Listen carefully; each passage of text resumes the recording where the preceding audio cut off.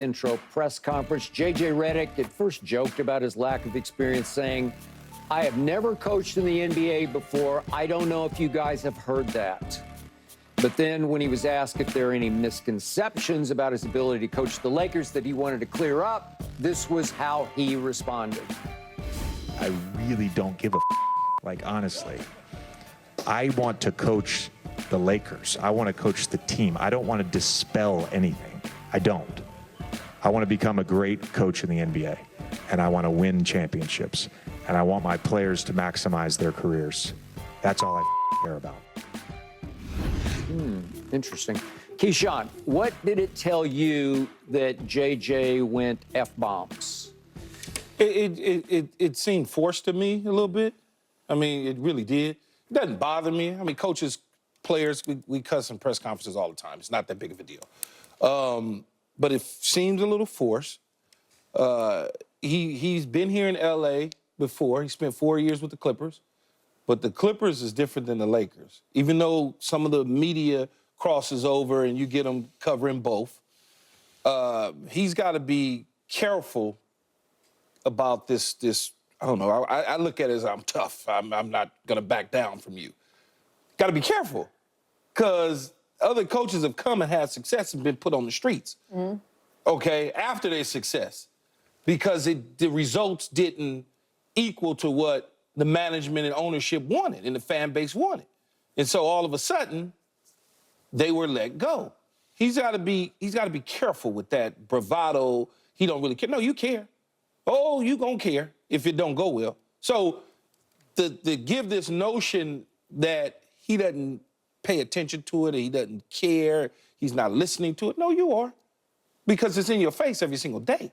That's why you said what you said by saying, hey, just in case you guys don't know, I never coached at the NBA, because you heard it. You've been hearing people say it since your name has been brought up. So you're paying attention to it. So again, don't try to be dishonest in these situations. Don't do that because you're gonna rub people the wrong way. And if you get off to a bad start, now everybody's hands are going in the air and it just becomes a really bad situation for him. And he'll learn that even though we all say, well, he's worked in the media, he's very smart, he went to Duke. This is a different situation. You're not a player. You are looked at differently now as a head coach of, some would say, the top franchise in all of professional sports. So, you know, just win, man. That's all I can tell you. I don't really care. You can F-bomb all day long as long as you winning and you get into that 18th championship to tie Boston. I don't know if it'll happen this year, but at some point it has to happen. Yeah, look, I don't have a problem with him thinking it. Saying it is a little bit of an interesting situation because he didn't realize at the time that he was being simulcast on radio and TV. Oh, that's something different. It wasn't until the radio guys told him when he came on after the press conference, oh, by the way, did you know that we're simulcasting this? And he was like, oh, I'm sorry. Yeah. It means nothing. Is the radio station going to get hit by the FCC? No, they are not. Does it matter that young, impressionable children may have been listening?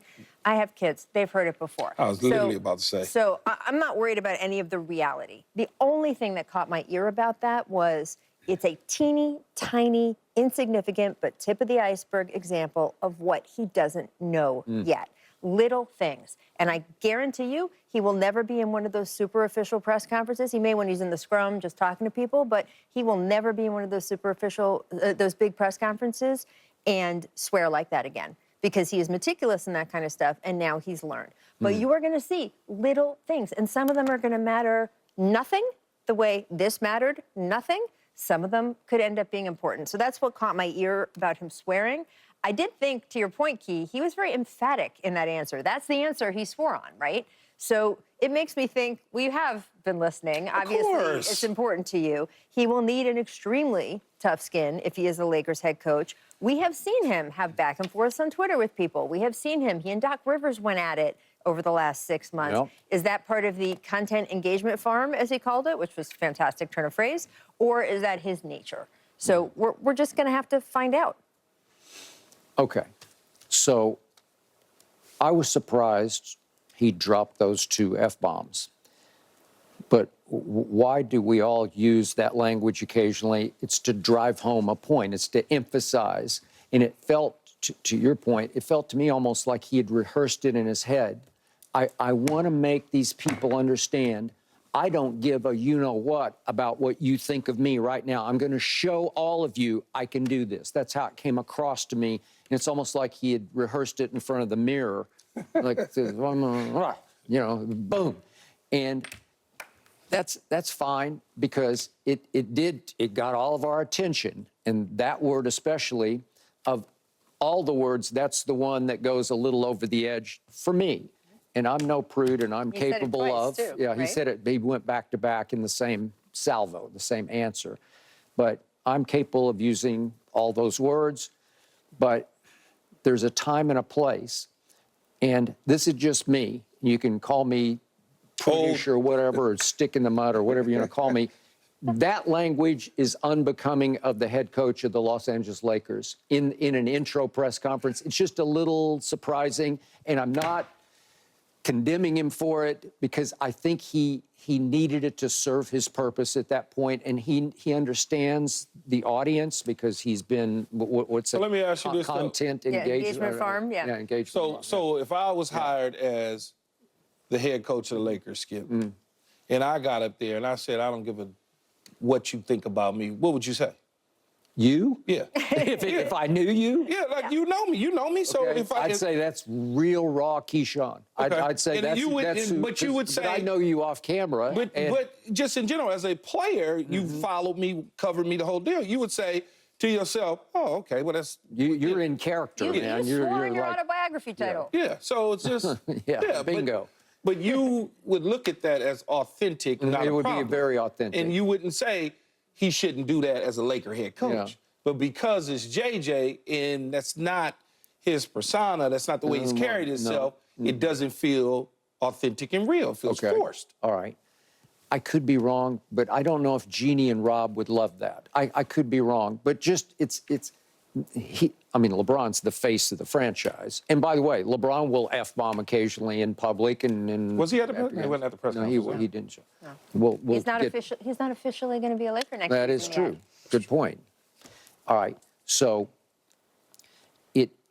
it created buzz, which I think he wanted to do because he's been in the content providing, how did the phrase go? Content engagement firm. Engagement farm? Wow.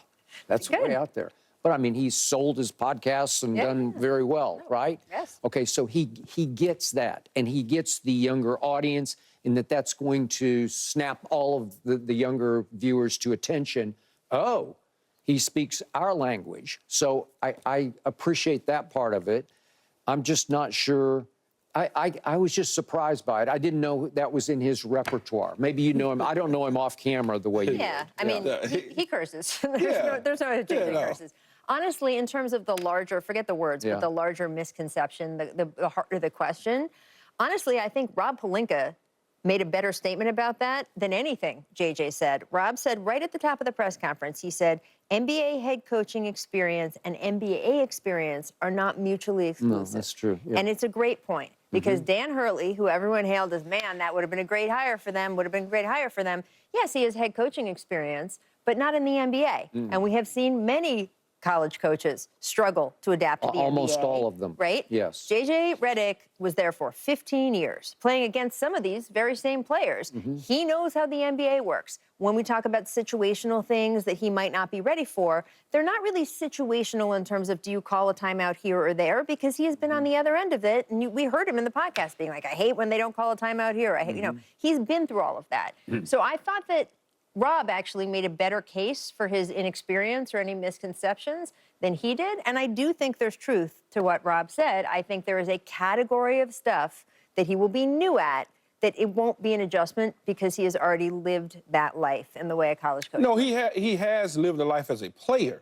Coaching is, I understand what Rob is saying. but I just- Coaching is totally different. You got split-second decisions. Your rotation has to be a certain way. Do you bring a guy in based on, you take a guy out based on where he's at from a foul standpoint, or do you lean over to a coach and say, hey, should I take him out? All of those sort of things is like growing pains that JJ's gonna have to go through.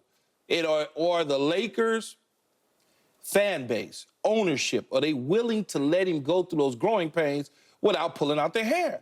And if that's the case, then this may be take off training wheels in such due time for him as a coach, so you take them off. I'm not talking about those kinds of situations. I'm talking about, we saw Rick Carlisle, who's an experienced, great coach, not take a time